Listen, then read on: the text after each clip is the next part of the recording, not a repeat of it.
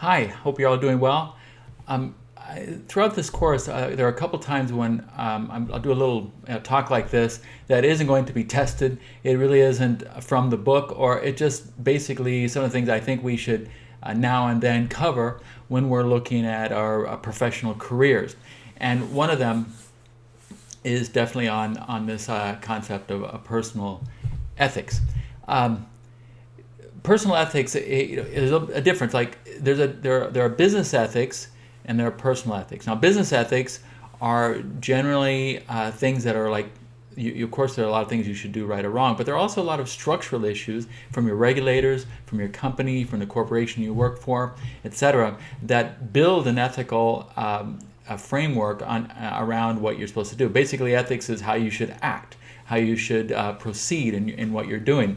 So the business ethics are often mandated by laws, by regulation, and of course a lot of personal ethics are as well. There are it's wrong to do a certain crime, but also it's illegal to do certain crimes. So there are some really clear-cut guidelines to certain ethical things because they're prohibited by law or prescribed by your society that you live in. Now, the other area is personal ethics. Now, personal ethics are a little different because they overlap your business, but also they are a very particular to the way you conduct your life in society and with those around you. And the question always is, are they the same? Is there an overlap? Does it make a difference? Like, say, for example, you make ethical choices that are incorrect or that people don't like. Does that affect your work? If you have if you're and we've seen this in politicians all the time, they say, well, this person's done this, that, and the other. However, does that mean they can't be a good politician? And some people will say that yes, they cannot be a good politician because they've lost moral authority. Other people will say, look, let's keep these things separate. What you do in your personal life is different from what you do in your work life, and there is no overlap. I think that all of us might have a different gradation of belief in that, but no one's going to say that no matter what you do in your personal life, it doesn't impact your business life, but there may be different variations of that along the way. And hopefully we don't allow a lot of our personal things affect how we view somebody at work. However, you have to keep that in mind in your own life that people often do, and they often will judge you on your effectiveness at work based on how ethical and moral you are as they see you in your life. Now, again, business ethics is you're thinking about what's right and honest and discharging your professional duties.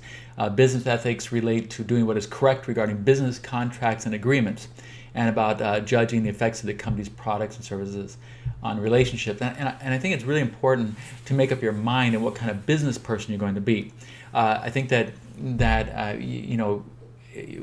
you carry your personal life in your business is important, but also it's how you decide to be as a worker. Are you going to lie? Are you going to make things up? Are you going to fulfill all your obligations? Are you going to meet your client expectations?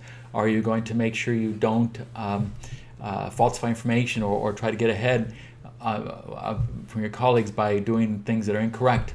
Are you going to steal from the company? Are you going to steal from a client? Are you going to do all the void contracts or go in at night and rewrite contracts? All sorts of things are possible. Are you going to evade taxes? That you can do as a business person. That I'm telling you, my strong opinion is avoid that at all costs. Make up your mind now as a younger person that you will not be engaged or involved in business. Anything could be considered ethically wrong in business. Again, in your personal life, I have views on that too. However, this is a business course, and what I really encourage you is to always stick with what you know to be right. When you live overseas, for example, you're going to be asked to do something, and you're going to be offered a bribe at some point, of course, and you have to avoid that. But maybe it's not so clear-cut in the U.S., but you may be asked to do something you don't think is correct. You may be asked to say something about someone is not correct in order to help somebody else or get ahead, etc. Make up your mind ahead of time. You're not going to do that. You're going to stay ethically sound. And I'll tell you, there are a lot worse things than losing your job, a lot worse things than not getting that promotion. In fact, way worse. So stick with your guns. Be as ethical and moral as you possibly can, and that will go a long way for you. I'm going to say a few other things. There's another slide here. You can see this one. I call it the 4 F words to live by, and they're faith, family, freedom, and future. I don't know what faith you might have or might not have. You all come from some family. You're looking for freedom, and you're thinking about your future. Now, basically, what I'm saying here is that when you consider an action, how does it affect what you believe to hold dear as your faith? If you have a faith, a view on that, is it contrary? Is it contradicting? Is it going to help? Is it going to further you in that, or is it going to pull away? Your family, is what you're considering, what you're contemplating, a plus for your family? It will make your family proud of you. Will it carry your name forward? Remember, your name is about all you have in this life when it comes right down to it. Are you going to be something proud of what you do? Is your family going to be proud of you? Is it a good thing for your family, or is it negative? Freedom. You don't want to do things that will limit your freedom. We all want to be free. We all want to do things and have the opportunity to do things, and want to be aware, be able to travel, be able to do different things, and have that capacity to go do different jobs. Sometimes you take an action and it limits your freedom. Maybe you can't get that certain type of job. Maybe you can't go live where you want to live. Maybe you can't aspire to certain things. Maybe you're not free to go to, in a drastic case, you're in jail, you can't have freedom at all. But in any case, there are different levels of freedom, different types of freedom, and you don't want to do anything that will limit that. And the same thing your future. You want an open, wide open, ongoing, million things possible type future that can be limited by your actions you take. On the other hand, it can be really pushed forward by good actions you take. If you're known as an honest, trustworthy, sound person, it can have huge impact on your future. If you're the type of person that lifts others up, that doesn't try to cut other people down, that finds ways to build up your colleagues rather than find ways to limit their effectiveness, it goes a long way toward your future. It may not seem so in a short term, but I'll guarantee you with the long haul, you'll be better off. Finally, I'll just say one last thing. We often work on our resumes. That's what you're doing now. You're working on your resume, different jobs you have, different schools you go to, etc.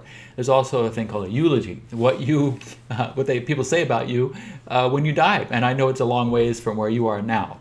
But I'll tell you, over the time of your life, you want those words that are said about you at the end of your life to be very positive. They're going to be, and you want them to be. You want to be remembered as a giving, positive, conscientious, loving person in your life, rather than a lot of other things. Rarely will you look back and say, "Man, I wish I'd worked harder, or done this or that, or just got a few extra bucks, or worked a few more overtime hours to do this." Instead, you think, "I wish I'd spent more time with my family, more time doing the things I really love to do, seeing the things I think are important, and doing the things I think will help other people."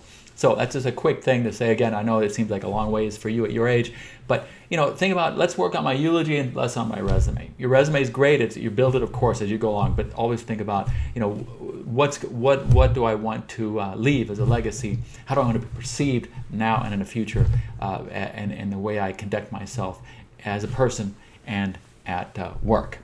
Okay, hope that makes sense and helps you in some way. All right, thanks a lot.